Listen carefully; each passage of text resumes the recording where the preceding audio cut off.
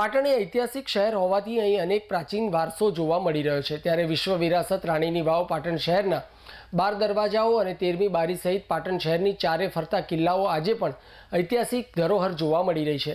ત્યારે આજે વિશ્વ સ્તરીય વારસો વર્લ્ડ હેરિટેજ સભ્યો અને પુરાતત્વ વિભાગની ઉદાસીનતાનો ભોગ બનતા તેઓ નામશેષ થવાના આરે જોવા મળી રહ્યા છે।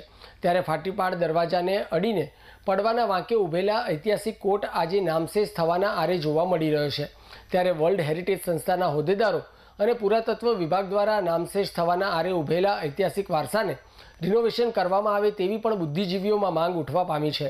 તો પાટણ શહેરના કેટલાક ઐતિહાસિક કોટામાં પુરાતત્વ વિભાગની બેદરકારી લઈને મકાનો પણ બની ગયા હોવાનું ચર્ચાસ્પદ બન્યું છે। ત્યારે પાટણના 12 દરવાજાઓને અડીને ઊભેલા ઐતિહાસિક વારસાના કોટાને નામશેષ થવાના અને ઐતિહાસિક વારસાને રિનોવેશન કરવામાં આવે તેવી લોકમાંગ ઉઠી છે।